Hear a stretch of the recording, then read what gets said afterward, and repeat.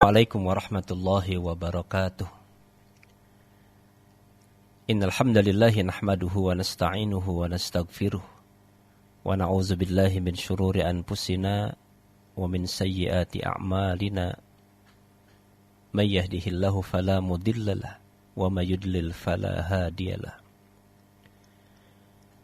Asyhadu an la ilaha illallah wahdahu la syarikalah wa asyhadu anna Muhammadan abduhu wa rasuluh. Allahumma salli ala Muhammadin wa ala alihi wa sahbihi ajma'in, amma ba'd. Sahabat saudaraku yang budiman, alhamdulillah bersyukur kepada Allah. Kembali Allah takdirkan kita bisa merangkai kebersamaan lewat sentuhan nurani bersama saya Anwar Ansori Mahdum. Apa kabar sahabat saudaraku, Bapak Ibu? Semoga kesehatan selalu menyertai keseharian kita. Allah mudahkan segala urusan yang tengah kita laksanakan. Allah limpahkan rasa syukur kepada Allah atas kenikmatan yang sudah Allah salurkan. Allah kuatkan kesabaran kita di tengah begitu banyak problematika kehidupan yang kita hadapi. Dan yang terpenting juga adalah Allah istiqomahkan qalbu kita.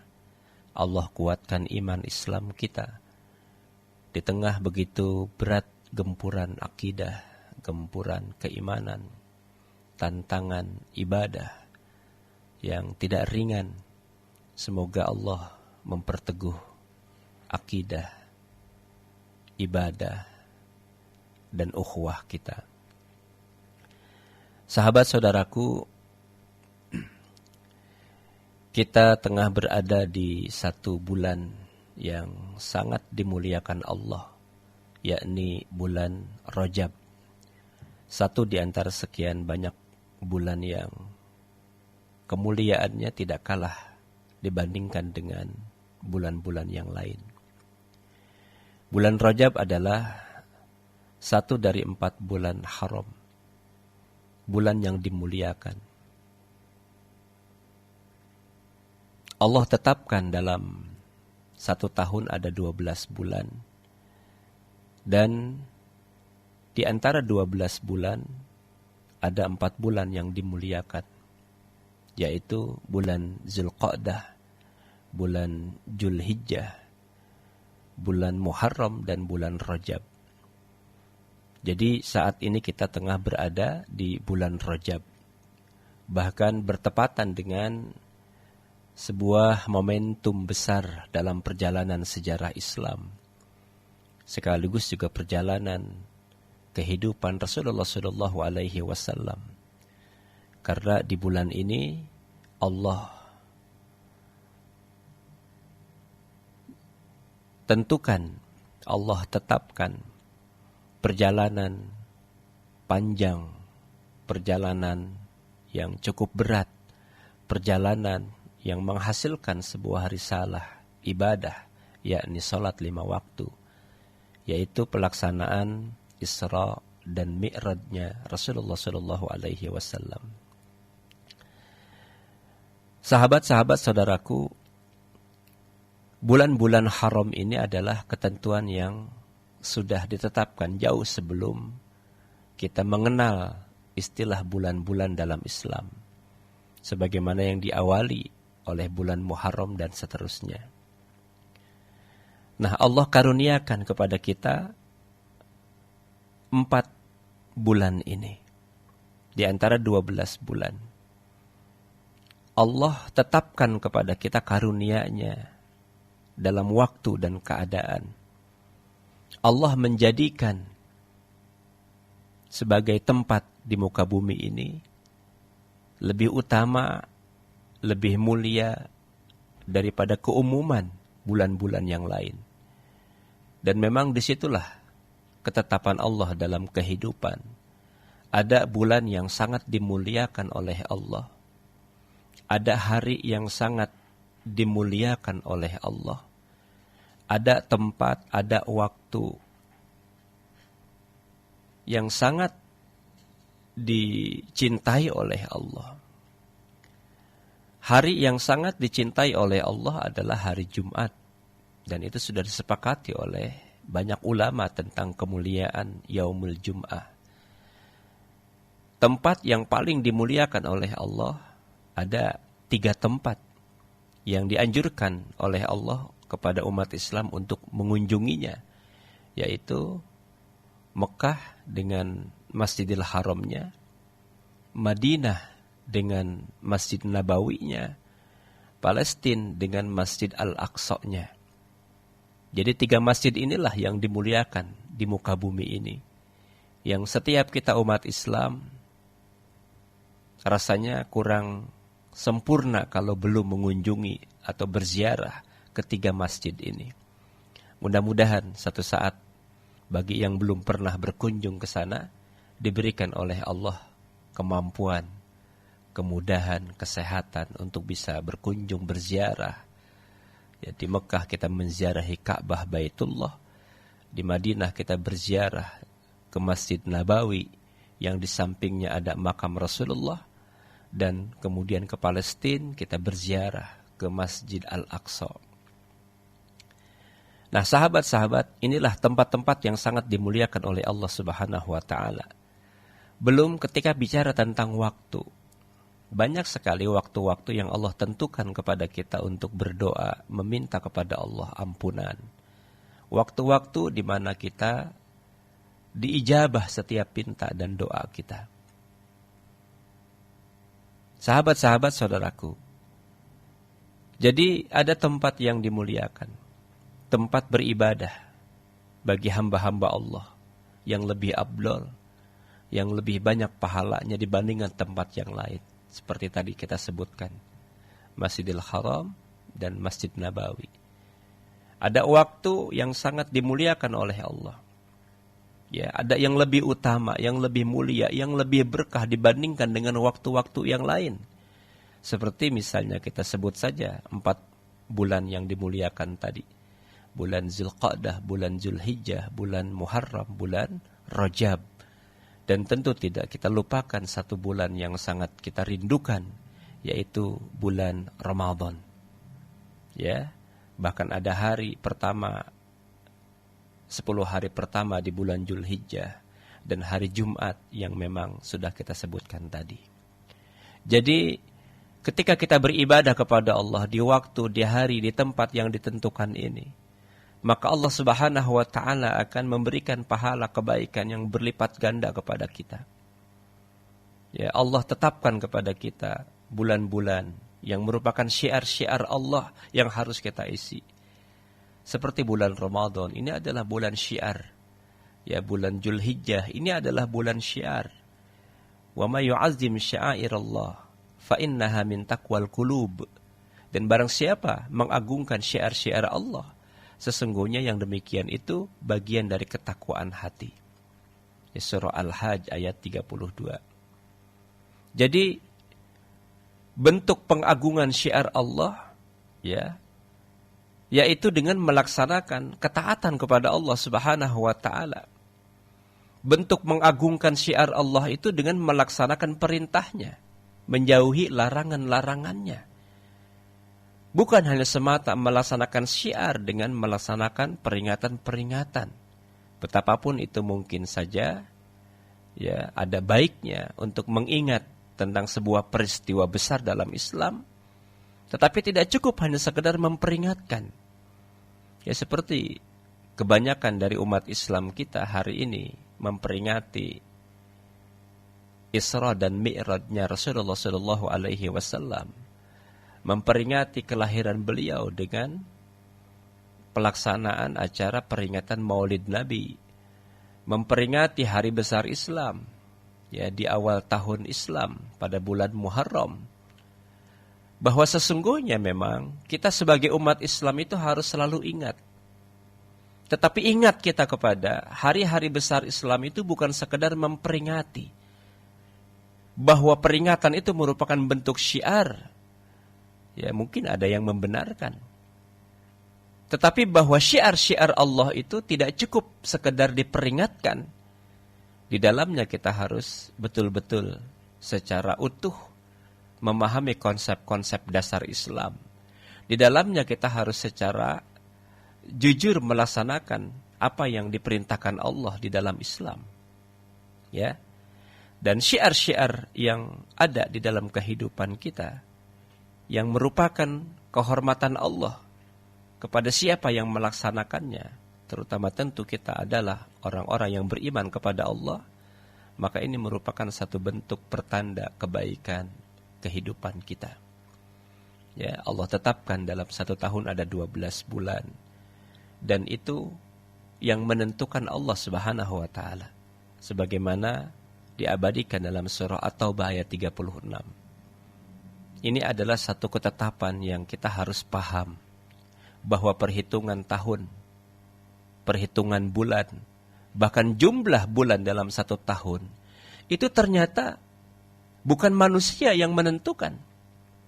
Ya, bahwa ketetapan pergantian hari, bergulirnya waktu, berpindahnya bulan, sesungguhnya Allah Subhanahu wa taala telah menetapkan jauh sebelum kita diciptakan.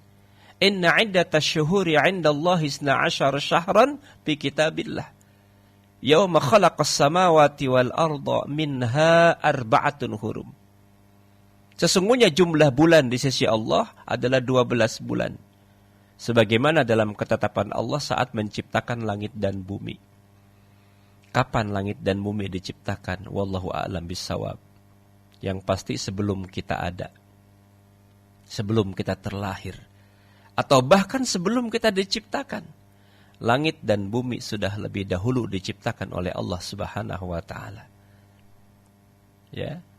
Jadi sahabat-sahabat, jumlah bulan di sisi Allah ada 12 bulan. Sebagaimana dalam ketetapan Allah saat menciptakan langit dan bumi. Minha arba'atun hurum. Di antara 12 bulan tersebut ada 4 bulan haram. Ya, bulan haram itu maknanya bulan suci. Bulan yang disucikan.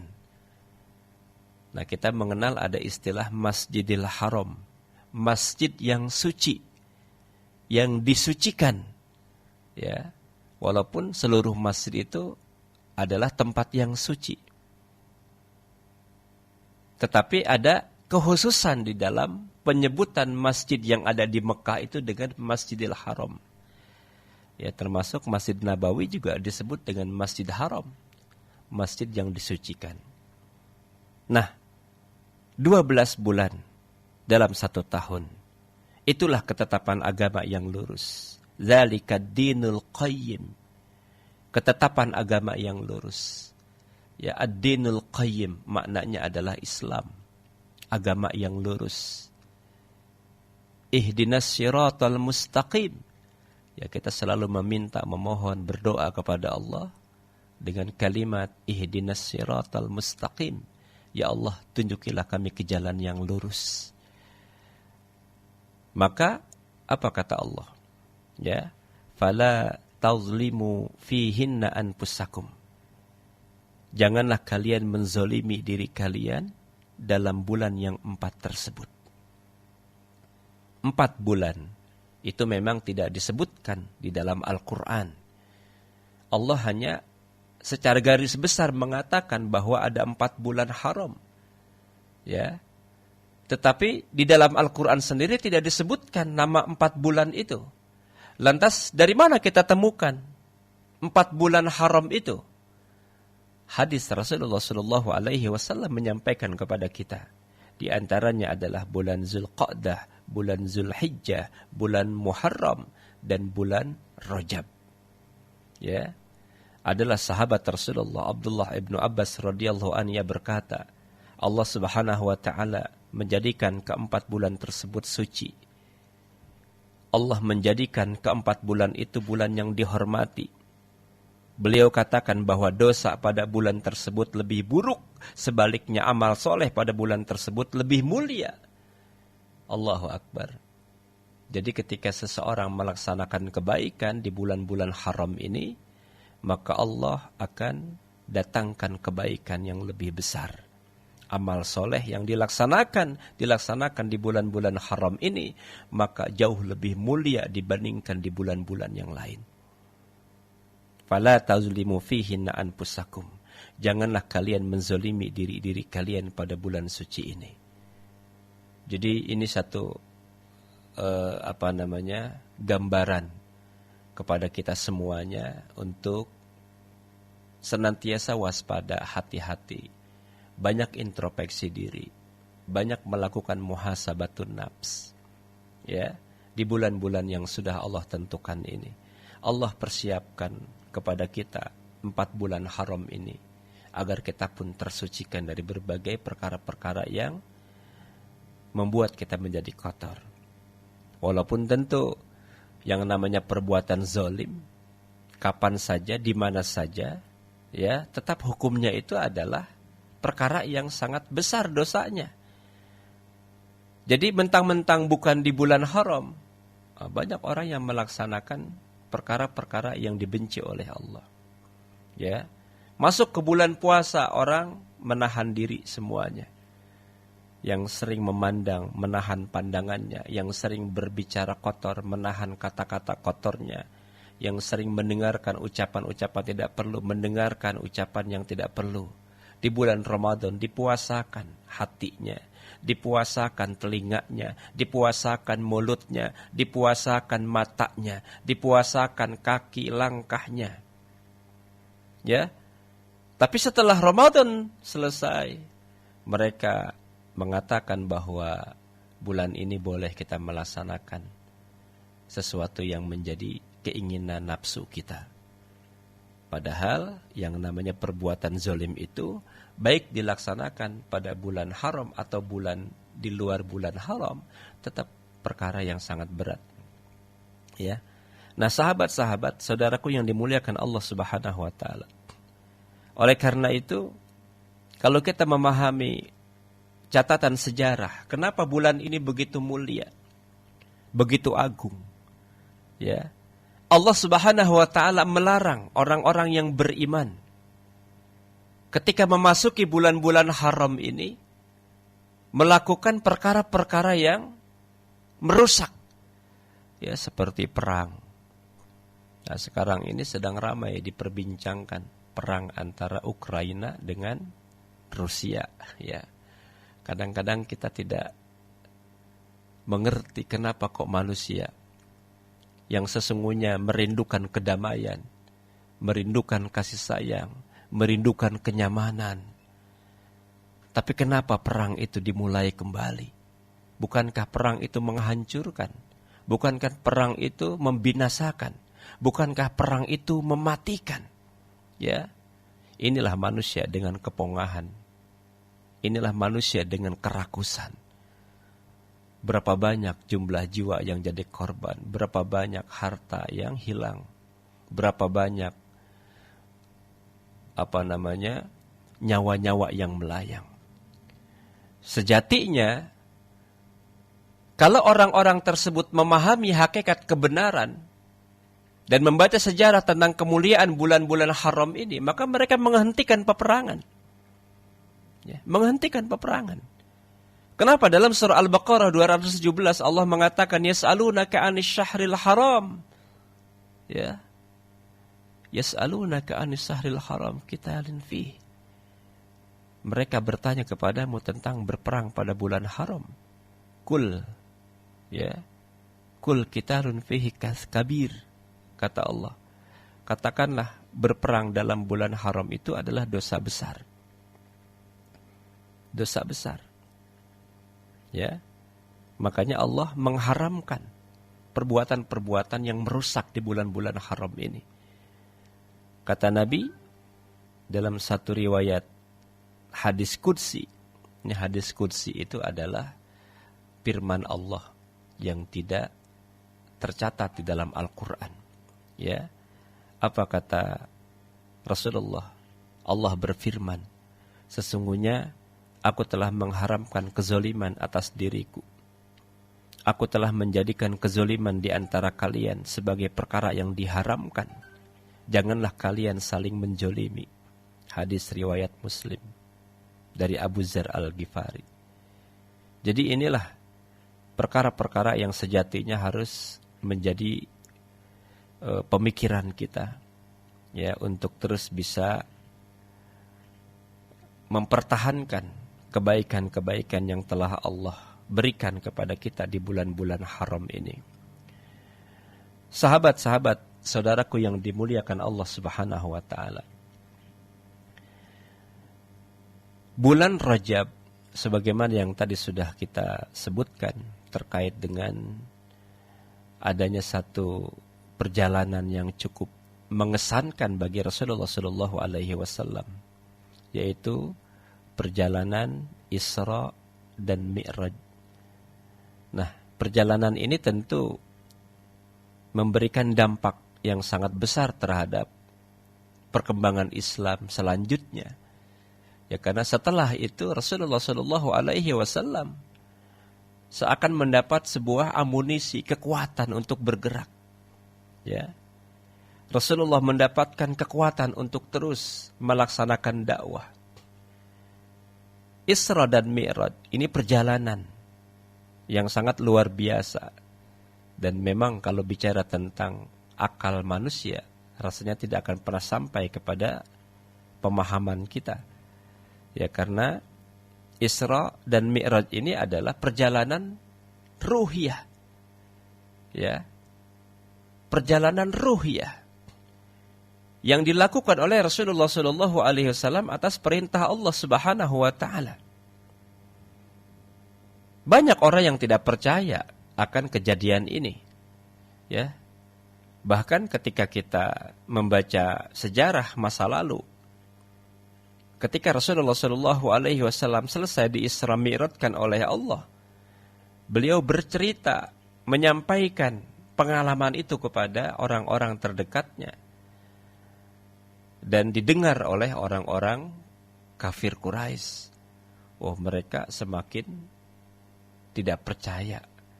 Mereka semakin menganggap hina.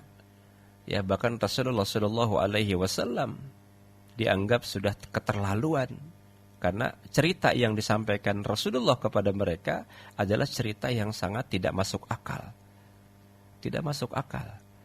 Bagaimana mungkin perjalanan yang begitu panjang, yang begitu jauh, bisa dilakukan dalam waktu yang sangat singkat. Ya, dalam waktu setengah malam, jalan dari Masjidil Haram ke Masjidil Aqsa.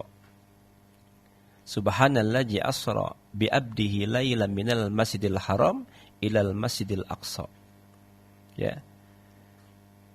Betul bahwa tidak mungkin kalau dilakukan oleh manusia.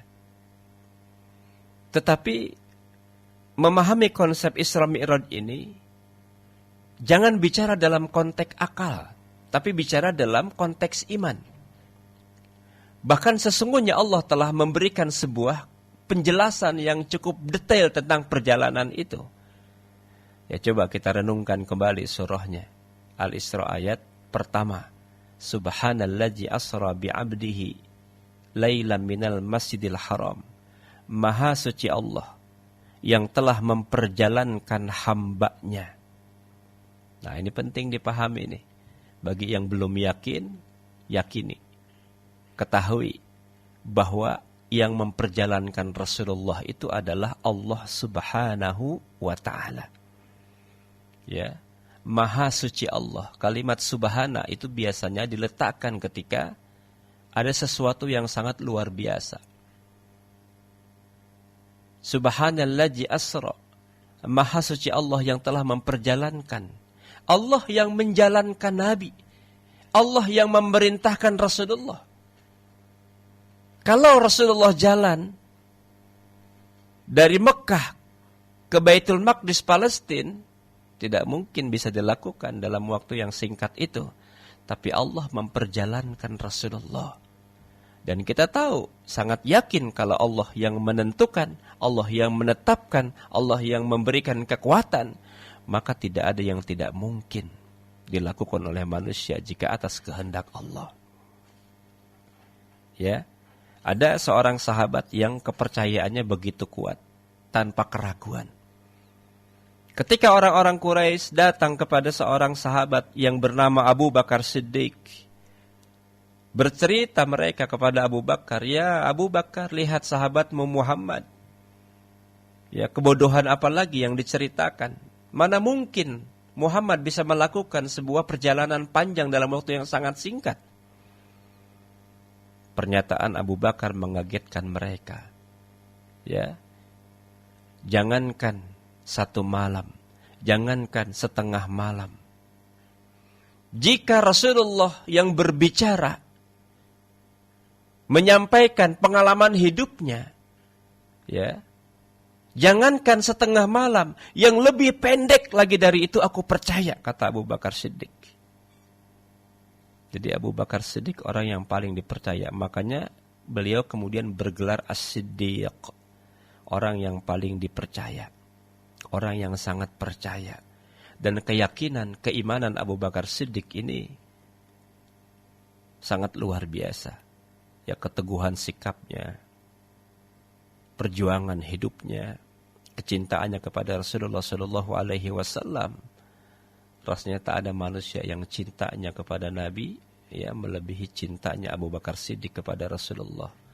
Beliau di samping seorang sahabat, beliau di samping seorang teman, juga adalah menantunya Rasulullah SAW. Allahu Akbar. Jadi sahabat-sahabat saudaraku yang dimuliakan Allah, yakinlah dengan keyakinan yang sepenuhnya bahwa kejadian Isra diperjalankan dari Masjidil Haram ke Masjidil Aqsa, kemudian Mi'raj diangkat ya Rasulullah dari tempat yang bernama Palestina kemudian ke Sidratul Muntaha, itu adalah sebuah kejadian yang benar. Jika ada pertanyaan yang sering diperdebatkan tentang kejadian tersebut, maka percayalah bahwa bukan Nabi yang berjalan sendiri dari Mekah menuju Palestina, tapi Allah yang memperjalankan. Kemudian ketika Rasulullah dimi'rajkan oleh Allah, diperdebatkan lagi oleh banyak orang. Apakah Nabi dimi'rajkan pada saat dia sedang mimpi? Ataukah pada saat ketika beliau sedang tidur? Kemudian Nabi mimpi, dia di-Isra mi'rajkan? Atau juga apakah ketika Nabi dimi'rajkan hanya sekadar ruhnya, tidak dengan jasadnya? Maka lagi-lagi jawaban Al-Quran memberikan sebuah ketegasan yang sangat benar. Subhanalladzi asra bi abdihi, maha suci Allah yang telah memperjalankan hambanya. Kalimat abdihi, hambanya, memberikan satu indikasi bahwa Nabi di-Isra mi'rajkan dengan ruh dan jasadnya. Karena kalau orang disebut hamba berarti dia ruh dan jasadnya. Nah, kalau orang disebut mayat, maka dia hanya sekedar jasad, tidak ada ruhnya. Ya, jadi Rasulullah melakukan perjalanan Isra Mi'raj dengan ruh dan jasadnya. Dari mana kita temukan? Dari sebuah pernyataan Allah terkait dengan perjalanan tersebut. Subhanalladzi asra bi abdihi lailan minal masjidil haram ilal masjidil aqsa. Allahu Akbar. Baik, sahabat saudaraku yang dimuliakan Allah, ini adalah satu komitmen keimanan kita. Karena perkara-perkara mukjizat yang didatangkan Allah kepada para nabi hanya bisa dipercayai dengan iman kita. Ya, bukan dengan logika kemanusiaan, juga dengan akal tidak akan pernah mungkin sampai. Maka sahabat saudaraku, mudah-mudahan Allah memberikan kita kebaikan di bulan yang penuh berkah ini. Ada satu doa yang sering dibaca ketika masuk bulan Rajab. Ya, walaupun doa ini sebagian ulama memberikan pernyataan sikap bahwa doa ini adalah berasal dari hadis yang lemah. Tetapi beberapa ulama lain juga seperti Imam An-Nawawi di dalam kitab Al-Azkarnya tetap meletakkan doa ini sebagai sebuah motivasi. Doa agar kita sampai kepada bulan Ramadan. Ya, Allahumma barik lana fi Rajab wa Sya'ban wa balikna Ramadan. Ya Allah, berkahilah kami di bulan Rajab dan di bulan Sya'ban, dan sampaikanlah kami kepada bulan Ramadan. Saya Anwar Ansari Mahdum, undur diri dari ruang dengar Anda. Mohon maaf atas segala kekurangan dan kekhilafan. Segala yang benar datang dari Allah, yang salah dari kami yang lemah. Demikian, Assalamualaikum warahmatullahi wabarakatuh.